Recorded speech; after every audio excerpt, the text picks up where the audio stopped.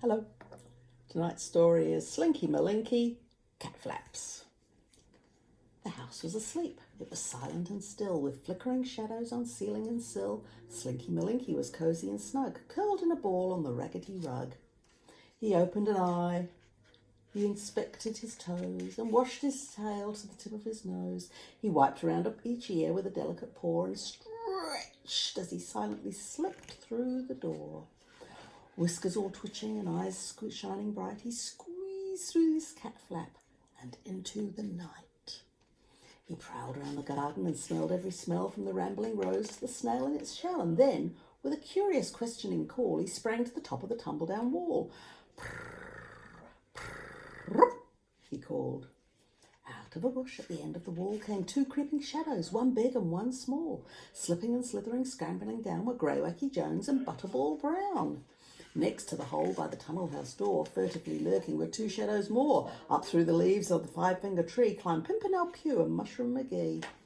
Down on the grass by the cucumber frame, mysterious figures playing a game. They tumbled and chased with a scuffle and cuff and poppadom kittens and Grizzly Macduff.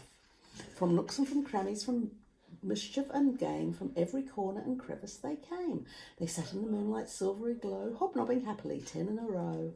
But out of the hedge off by the rockety seat, disturbing the birds in their feathery sleep, something was sneaking on Pussy Paw Foot, the cranky and crotchety Scarface Claw. Then all at once came the ear-splitting sound of a caterwaul symphony echoing round.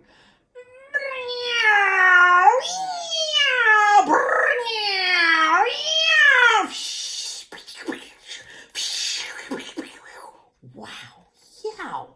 It woke all the neighbours. From windows and doors came bellowing shouts and a furious roar. Shh, they all said, what a rackety bunch! Stop that commotion! Go home at once! With a grumbling growl and a scuffle of paw, off and away Scarface Claw, and down from the wall with the hiss and a split went Slinky Malinky, lickety split. The others all followed until there were 9, trotting behind in a tail-waving line, whiskers all twitching and eyes shining bright. They squeezed through the cat flap and out of the night. The house was asleep. It was silent and still, with flickering shadows on ceiling and sill.